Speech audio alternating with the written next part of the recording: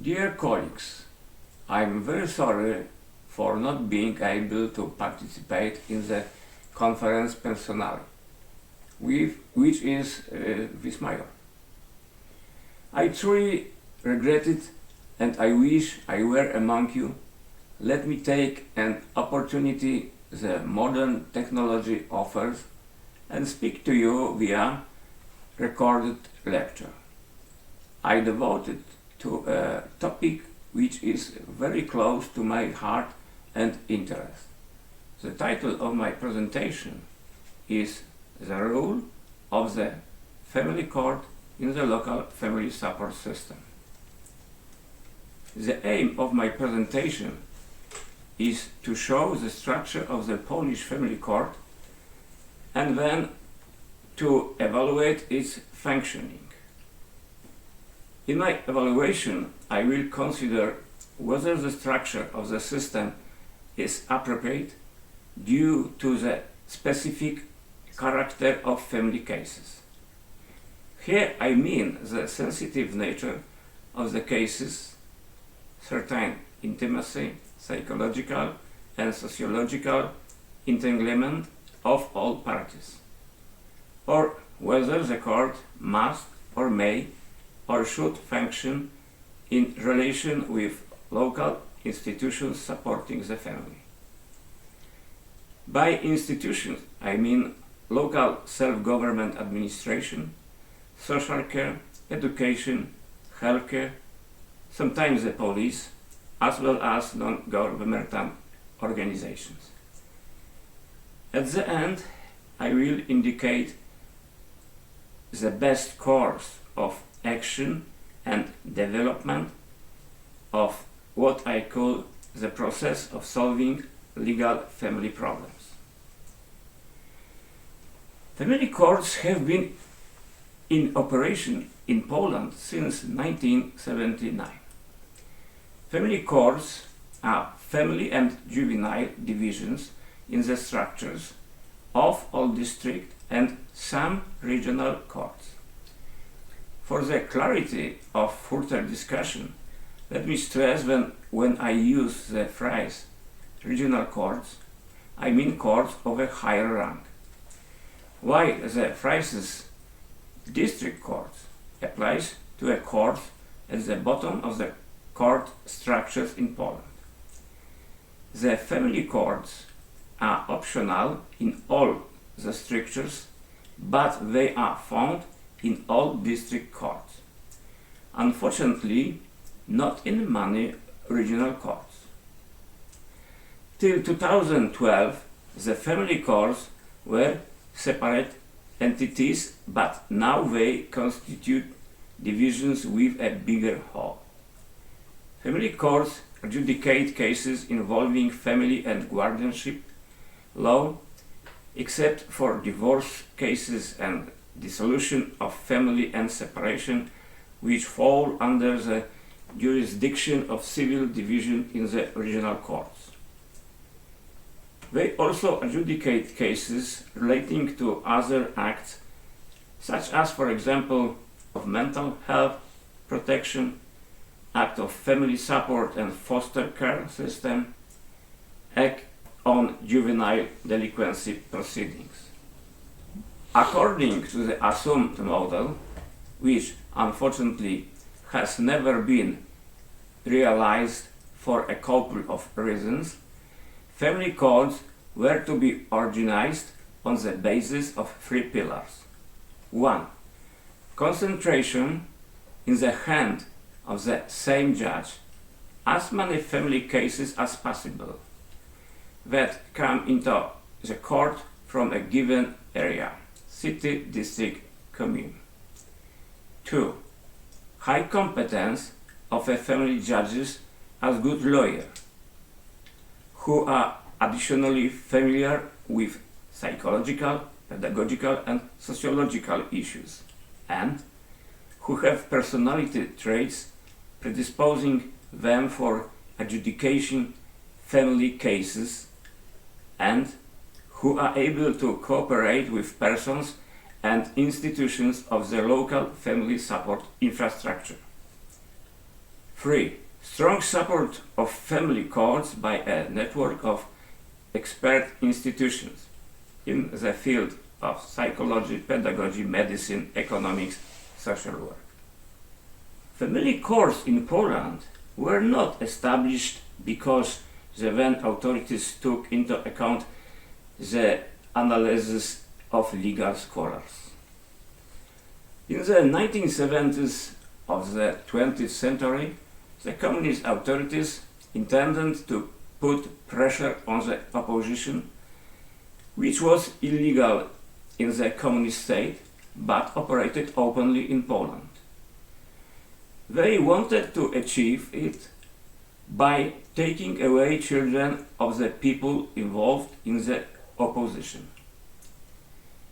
In the socialist countries, this practice was nothing extraordinary.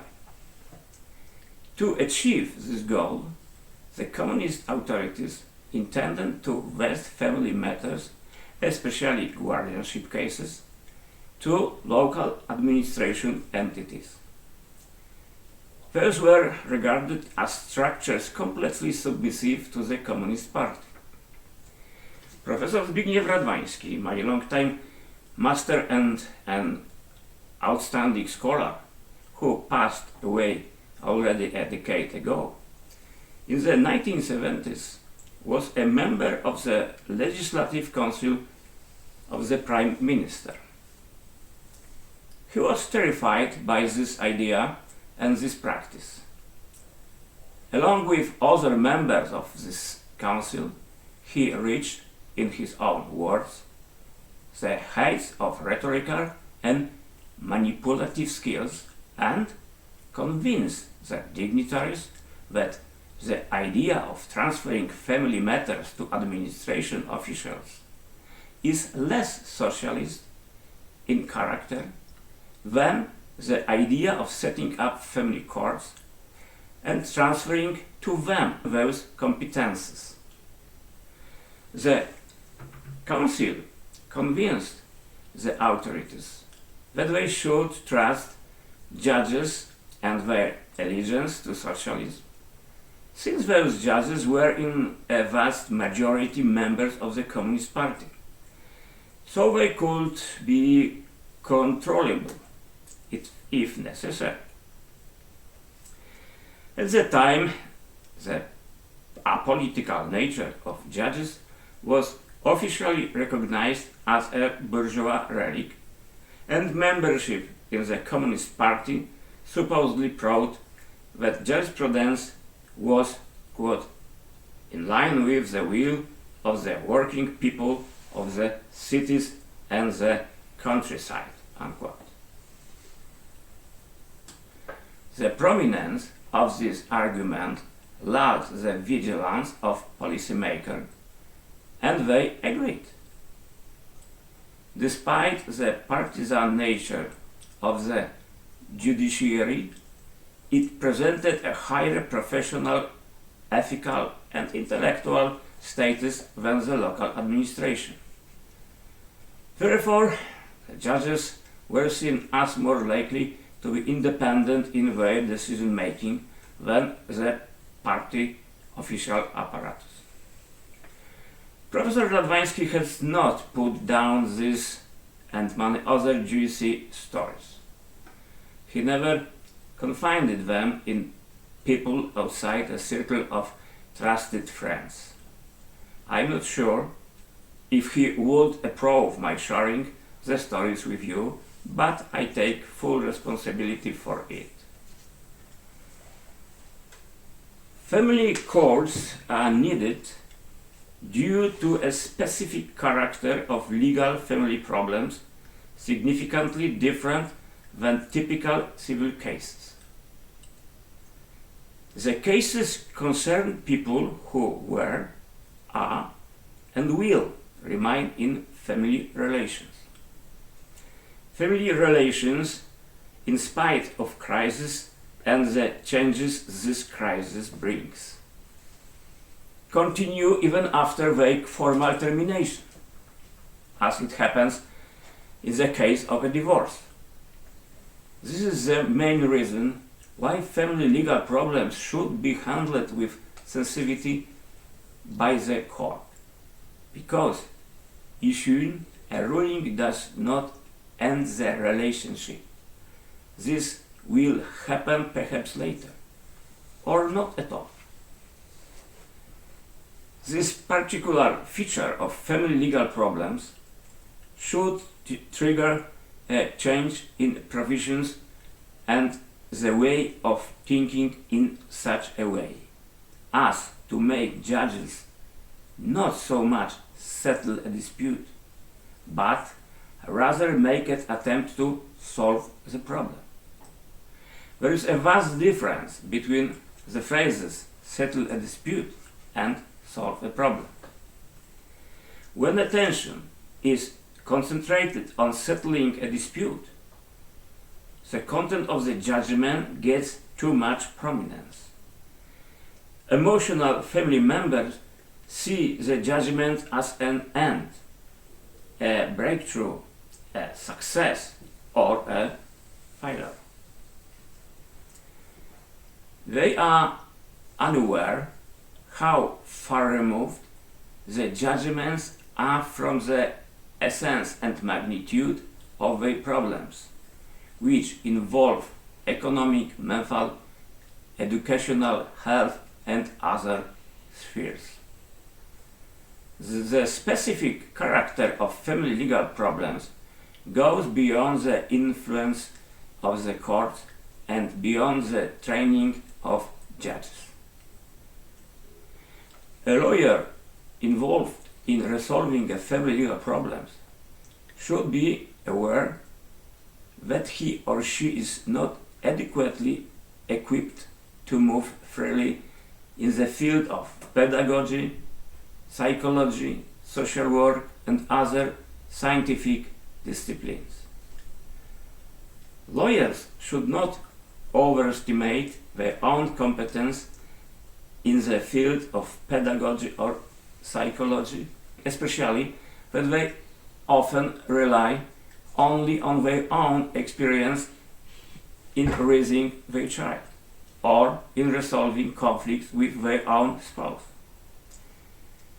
Therefore, judges adjudicating family and guardianship cases have to cooperate with the local authorities, institutions, and social organizations that deal with issues related to the problem of family, children, and youth, and cases related to social welfare, education, and health. Without this cooperation, judges have slim chances to successfully cope with the task. This applies specifically to many cases in which the main role of the judge is to design a formal framework for the future of the whole family and its particular members. This is in fact what many cases like divorce, adoption placement, foster care placement boil down to.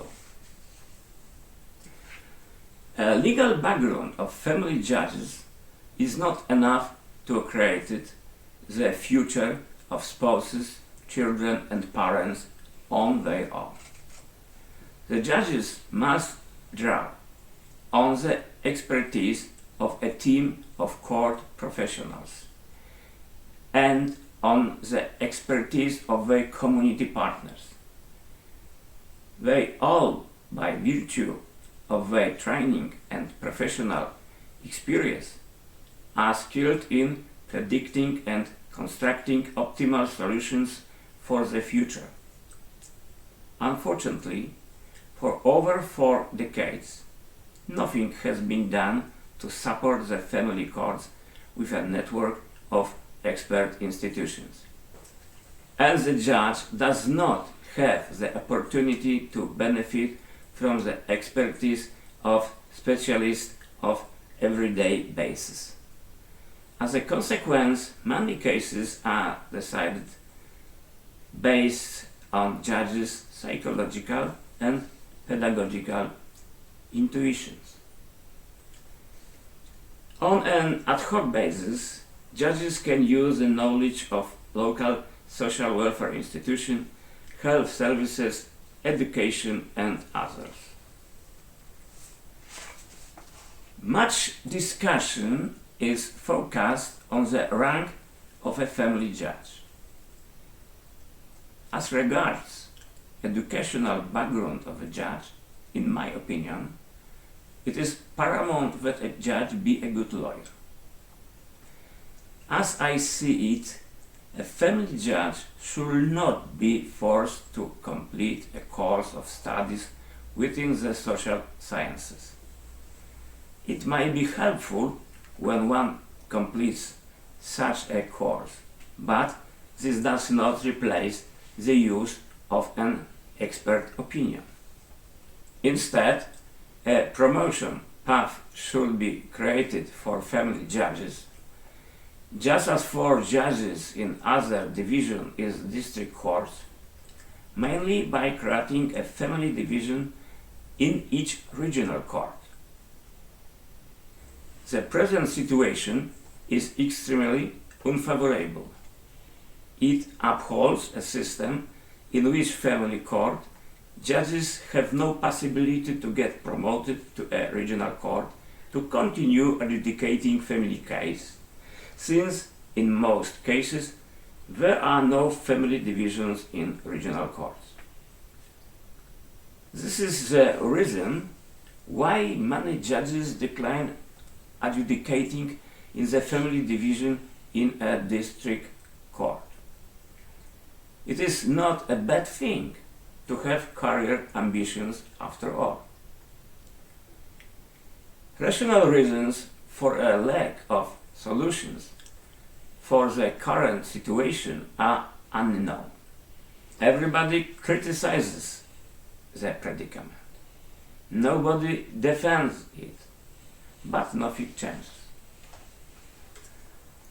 To make a job of family judges more effective, it is necessary also to set up in each court the expert teams I already talked about, as well as to employ in the local administrative bodies an adequate number of social workers, family assistants, school psychologists that would meet the demand.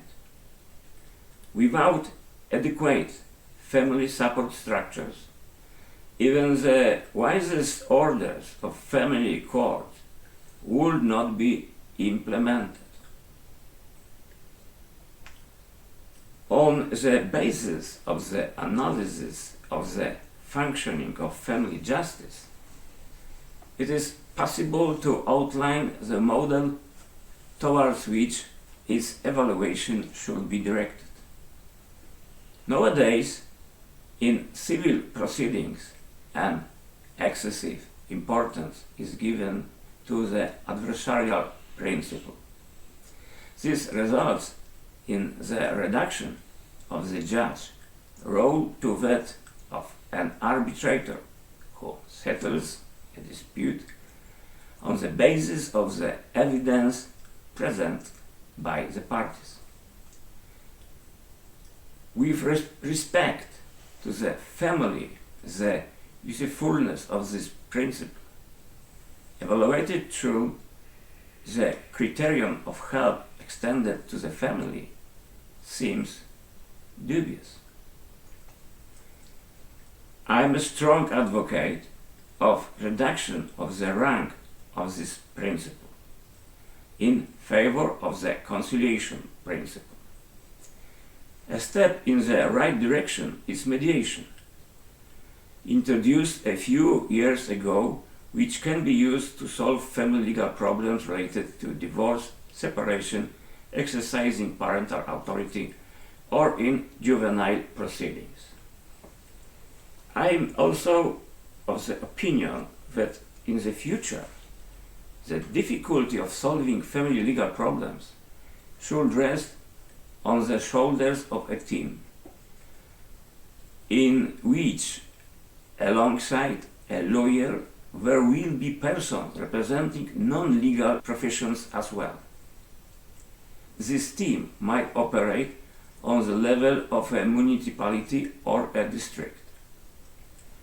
The primary task of a lawyer would be to ensure that the team's findings do not breach the applicable law.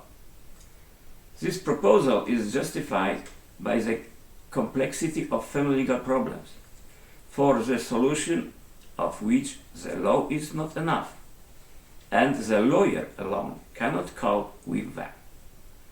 The lawyer must work in a team with a psychologist, social worker, educator, sometimes a doctor, police officer, or others. Such a panel would review the case and its findings would be enforced. However, people who are not satisfied with the findings would have the right to go to court. This is the European standard, which forbids closing the way to court. The panel can also be joined by the concerned family members. The meeting should not have a form of interrogation, but a conversation. Very fossilized and formal, the present procedures do not fit the sensitive nature of family cases. Due to the fact that the family members should be helped and assisted in protecting their mutual relation, the dominant form of the meeting should be a dialogue. The setting is also important, the meaning of which can be expressed with the following directive. Instead of interrogating from behind an elevated table, the judges should invite those people to sit at the table together with the team made of people dealing with the legal problems of this particular family.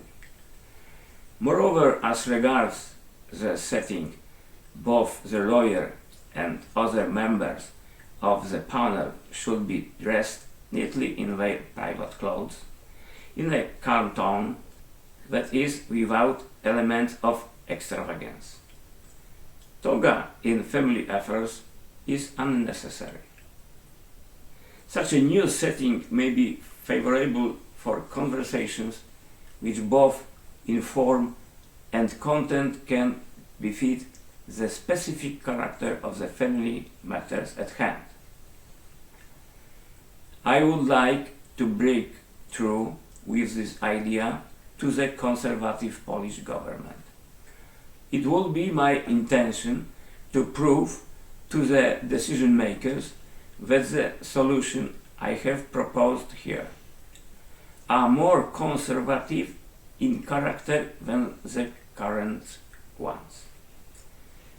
The arguments that support it are very serious, without the shadow of manipulation to which my master Zbigniew Radwański once had to resort. The crux of the matter is not to settle family matters, but to serve families, supporting them in crisis. Thank you very much.